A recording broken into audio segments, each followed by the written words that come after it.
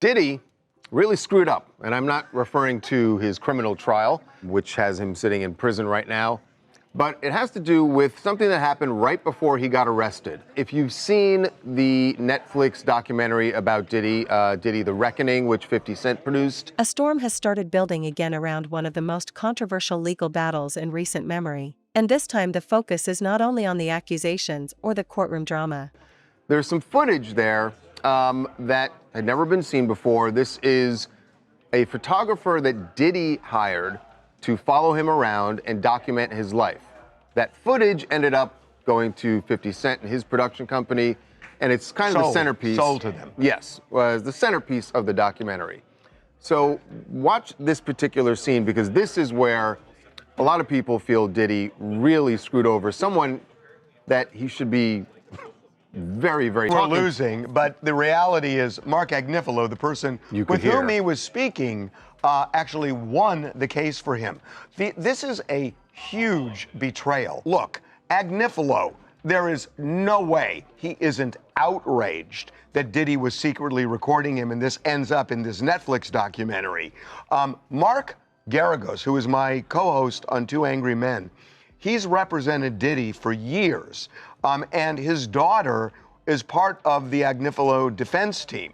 And he was involved in all of this. So in this past weekend's podcast, I pushed him to find out how Agnifilo really feels here. And Mark kind of skirted it some, but I think you get the sense. Diddy knew that Mark was being recorded, but Diddy didn't tell Mark.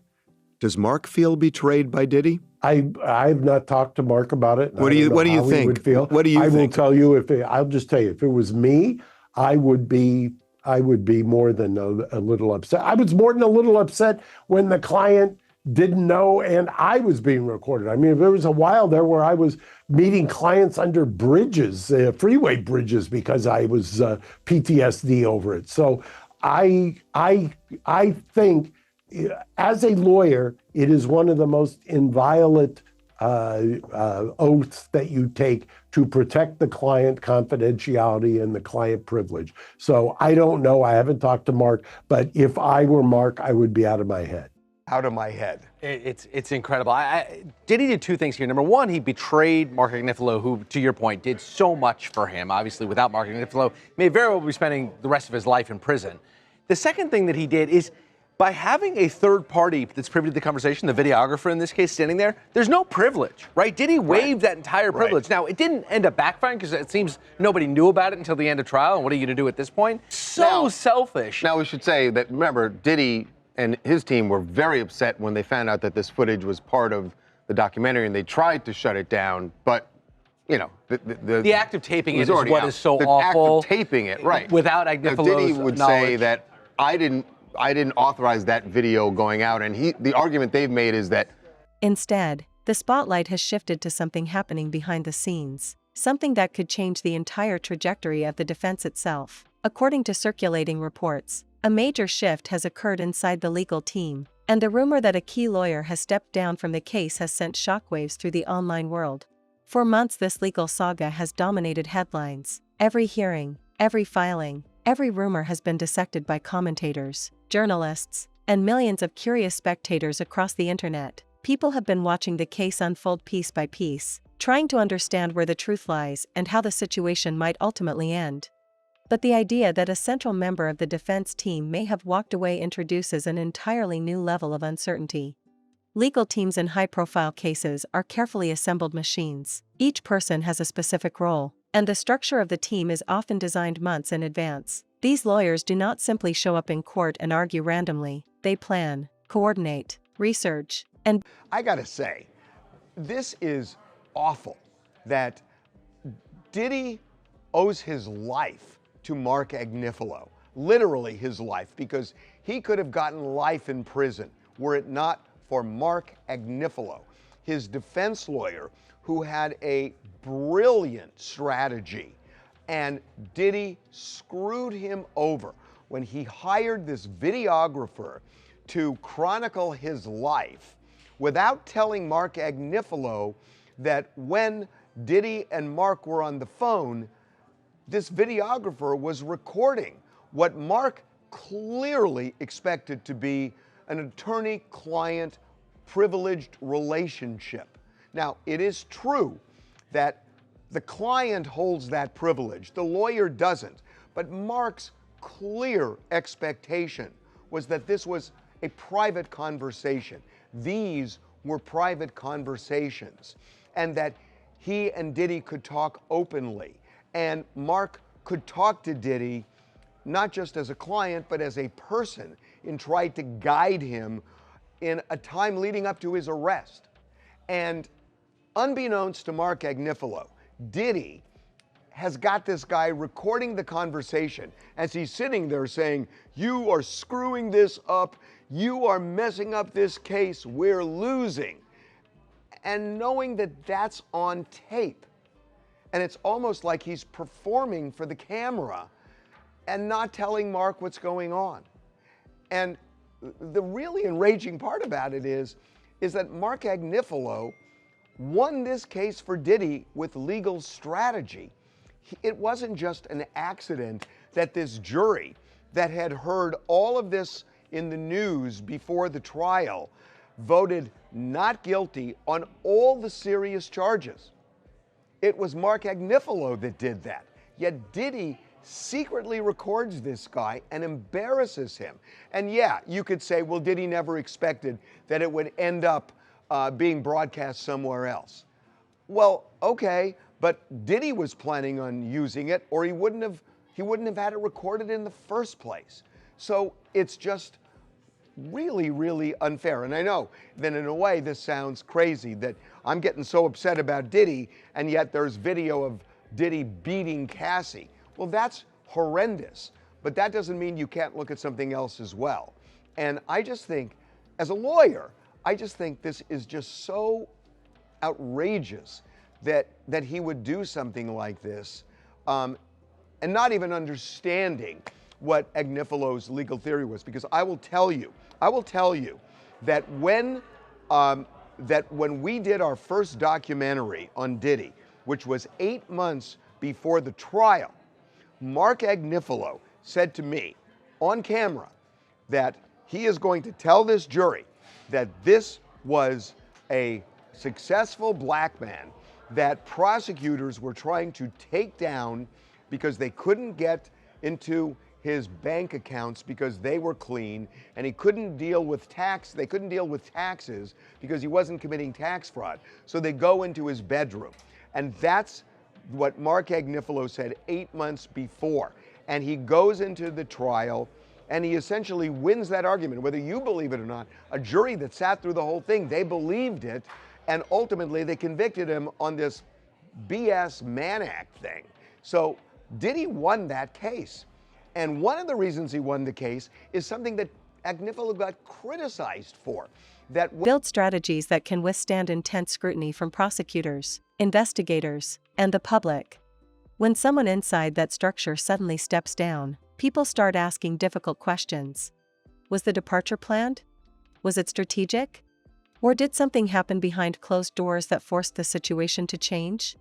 The moment those reports began spreading, social media exploded with speculation. Commentators started debating what the move might mean for the defense moving forward. Some people believe it signals serious trouble, suggesting that disagreements inside the legal team could be growing too large to ignore.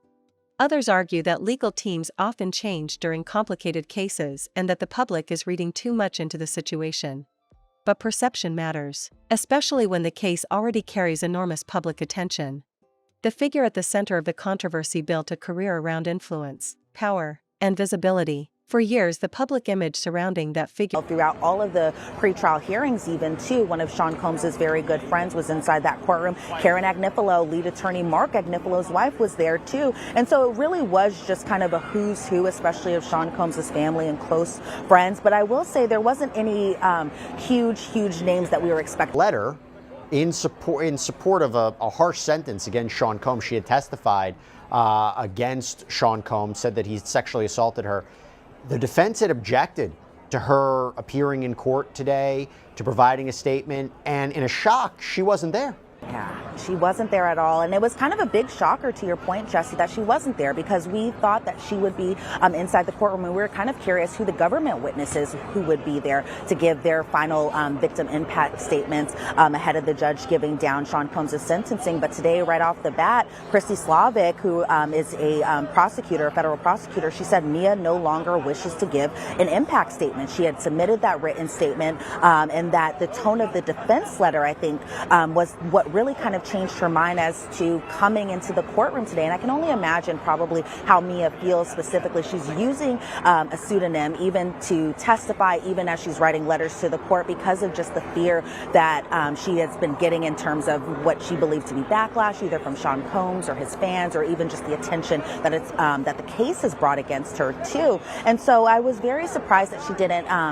attend court in person today, but I can understand why, because even the judge said to Mark Agnifilo today that the tone of the defense's letter in response to Mia giving a victim impact statement was just completely inappropriate. And it was a pretty harsh letter, Jesse. I'm sure that you've already read it, but it was kind of a very harsh tone, and it was kind of similar a little bit to her cross-examination too. Now let's talk about the prosecution.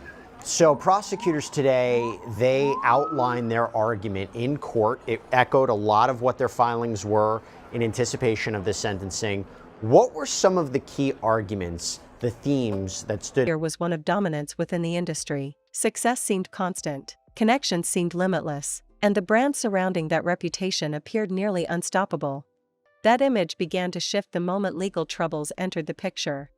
Suddenly, the headlines were no longer about success stories or business moves. Instead, they were about investigations, allegations, legal filings, and courtroom drama. The transformation of public perception happened quickly, and once the narrative changes in cases like this, every development becomes amplified.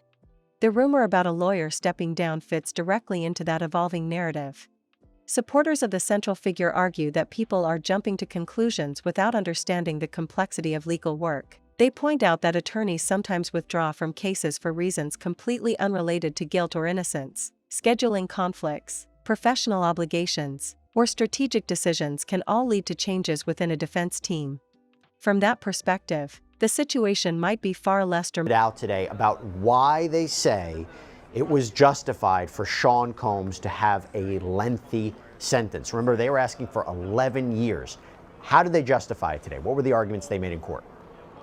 Well, today, Christy Slavic, making the arguments on behalf of the government, she said that today is about accountability and justice. And she was talking specifically about accountability, Jesse. She was talking about the conduct that was lasting for a 15-year period. I mean, even if you go back to the superseding indictments where it says this conduct went on from 2009 all the way to 2024, that's a long period of time. And so from the government's perspective, they really just wanted accountability from the defendant, that being Sean Combs. And then they also wanted justice, particularly for the victims. I know when we often talk about the Sean Combs case, the Diddy case, the P. Diddy case, he is the focus of this. But I think a lot of people have to remember that there were victims in this case, that being Cassie Ventura, that being Jane, that also kind of also applying to some of the charges that he was acquitted for too, where you can also bring in like Mia and Capricorn Clark and Deontay Nash. And so I think the government from their perspective was really trying to speak on behalf of all of those people. And so today, Christy Slavic, again, she was saying that the law requires the court to know all about the defendant and the defendant's conduct. This isn't just a case about freak-offs and hotel nights. It's about a man who did horrible things to people. He weaponized currency against victims. They were talking about that even though he was convicted just on the Mann Act charges, that it's also kind of in relation to the violence, and that the defendant didn't understand or doesn't understand how harsh his conduct was, and that his respect for the law was just something as simple as lip service. And so, yes, the government was asking for a far steeper penalty and punishment when it came to Sean Combs' sentencing. They were hoping for those double digits, and I think they were kind of opposed to the whole split the baby method, as Christy Slavic said today in court. And so they did want a harsher end of the sentencing today. And I think as far as the judge is concerned and what his ultimate sentence would be, it kind of ended up being a kind of happy medium a little bit. Yeah, we'll get into that. And the defense, number of defense attorneys spoke. I think almost all of them. You had Xavier Donaldson, you had Brian Steele. What were some of the themes they were focusing on in terms of why Sean Combs deserves a lenient sentence, why 14 months would be appropriate? Yeah, so right off the bat, Jason Driscoll making the arguments on behalf of the defense, because Jesse, yes, it was Jason Driscoll who spoke. It was Nicole Westmoreland who spoke, Xavier Donaldson who spoke, Mark Agnifilo and Brian Steele. That's 5 of his, 9 defense attorneys who all spoke in court today. So as far as Jason Driscoll is concerned, he was saying that the defense says that Combs didn't make money off of the Mann Act convictions that he was charged. And that was kind of a big theme in terms of his argument today, and that the defense submitted 300 cases of Mann Act cases where it talked about pimps and minors being trafficked, immigrants being transported, homeless people being transported, all of that stuff. And so that was kind of the theme, at least from Jason Driscoll's point of view, and that the defense also saying that Miss Slavic, Christy Slavic, who is one of the federal prosecutors, blamed Mr. Combs for having a drug addiction for 25 years, something that they were also talking about, how he had been addicted to drugs going back at least to 2000. And so a lot of his conduct might be not necessarily excused because of his drug addiction, but they say that might be kind of the underlying reason. And then when you get to Nicole Westmoreland, she was talking about Sean Combs' inspiration and his commitment at MDC Brooklyn, where she was talking about all of his successful businesses. She was talking about how he started a record label from the ground up. She was talking about his clothing line. She was talking about his television company, that being Revolt, and that's where she started to really kind of get emotional, where she was saying that Sean Combs spent a majority of his adult life really trying to help the Black community, really trying to give back to the dramatic than it appears. But critics see it differently. They argue that leaving a case of this magnitude raises questions that cannot easily be ignored. When the stakes are this high and the public scrutiny this intense, any sign of instability inside the defense structure becomes significant. And that is exactly why the story has spread so quickly. Within hours of the first reports appearing, discussion threads began filling with theories. Some people believe the departure could indicate disagreements about legal strategy. Others suggest it might reflect internal tension about how the case should be handled moving forward. A few observers even speculate that the legal battle itself may be entering a new phase where different expertise is required. High-profile cases evolve over time. Early stages might focus on responding to allegations and preparing initial arguments. Later stages might involve complex negotiations, technical legal challenges, or detailed courtroom battles that require specialized skills. Sometimes that evolution leads to changes within the team. Had a financial motive, and whether or not the defendant kind of fall under the second liability, which is something I completely didn't know about because I'm not a lawyer or anything like that. But it was interesting kind of hearing those arguments. So the defense, starting off, that also being Alexandra Shapiro, she was saying that the statute should be construed narrowly to pimps and prostitution. She said that Mr. Combs was an alleged consumer and that this is just kind of a wire type of case. And it seemed like that's what the defense's whole argument was, that he was just financially giving the money, but it wasn't that he was necessarily making the money. And so the judge said, well, why wouldn't Combs be liable for willfully under that willfully causing theory? And the defense said no, because it's talking about the transportation aspect and the mens reas that people would engage. Intent. Yes, exactly. And the intent that people would engage in prostitution. You can't say that he's willfully doing that necessarily, because he, in essence, was just watching two people have sex, pretty much. And so the defense was talking about the money aspect and how they previously argued that, you know, the money was for time. It wasn't necessarily for sexual purposes. It wasn't that typical pimp prostitute situation like that they were trying to make that comparison to. And so the defense was saying that it seems to imply that Sean Combs' conviction was based off the money transaction. Because if you remember from those summary flight charts, it was very easy for the jury to draw those conclusions about this is how much money was paid, this is what this when this flight happened, and the jury found in essence that when these hotel nights were happening, that this was for the pretty much the process of transporting people across state lines for the purposes of prostitution. Whereas the government was saying that the conviction should still stand, that the defense is challenging the vagueness and the definition of prostitution specifically.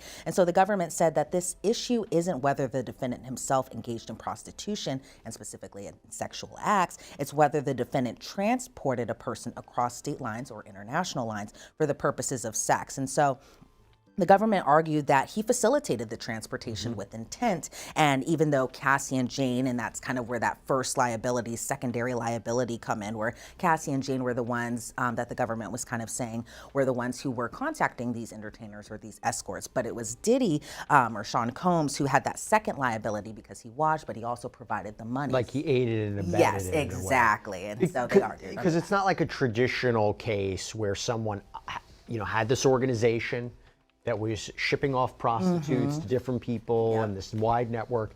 Yeah, but that's not necessarily what's required of this law. It's, did you transport people across lines for the purposes of sex work? Right. And I hear that, and I hear that argument. And I was going to say, and the defense kind of, brought it back too later, where they were saying that the government hasn't raised to the jury the secondary liability, and that speaks volumes. So Alexandra Shapiro making that argument, and she says that they don't contest that the money came from Sean Combs. That's what I thought was interesting in their argument. Because don't you remember during the trial how much evidence was there? Yeah. That the money either came from him, or he was on the phone, or there were voice notes or messages, right? That he was directing all of it. Exactly. And so in kind of that last hurrah to save this argument, the defense said that the Mann Act actually historically is an embarrassment to the United States, because that's where they kind of brought in that racial undertone that it was. Can you explain that? They've said consistently it's racist. What did they say about that? And then we'll get into the constitutional arguments, which I think are really interesting. But before that, what did they say about it being racist? Well, this is an argument that they've made previously, right? This was an argument that they've been making for months on end, where essentially the law. But outside observers rarely know the true reason until official statements emerge. And in the absence of clear answers, speculation tends to grow louder. The internet has turned this situation into a massive conversation.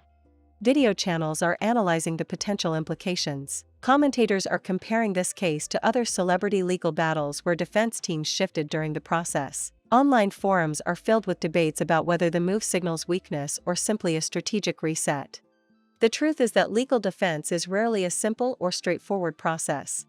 Attorneys must constantly adapt to new information. Evidence can appear unexpectedly. Witnesses may change the direction of the case. Prosecutors may introduce new arguments that force the defense to rethink its entire strategy.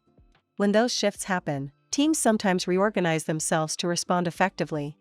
Still, the optics of a lawyer stepping down in the middle of a high-profile case can be difficult to ignore. The public often interprets such events as signs that something deeper might be happening behind the scenes. The law was drafted a long time ago in different times and different ages, where it's really just kind of talking about the slave trade and transporting persons across state lines. And so what the defense was pretty much saying that the purposes of this law in general in 2020, in a 2025 lens, is not intended for what it was initially made for. And so what they're saying is nowadays that the DOJ, Department of Justice, is pretty much only prosecuting where it is kind of that typical sex trafficking in a way, people across state lines or minors. And so I think the defense's whole point that they were trying to drive home was that these were consenting adults who were coming across state lines. And what I thought was interesting too, Jesse, is I'm wondering if the money transaction wasn't there, if the prosecution wasn't able to find these money points, would we even be sitting here today? Commercial can just mean something of value. So if the escorts were receiving something of value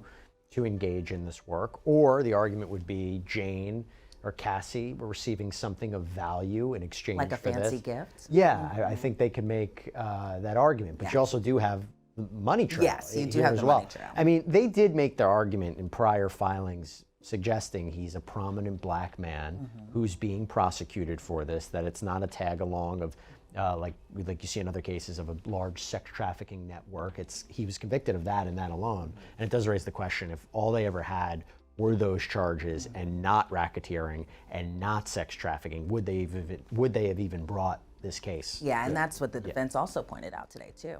We have to get into this First Amendment argument. Now, I've talked about this on a previous sidebar because it was in one of the defense's filings. This is a novel argument. This is very interesting.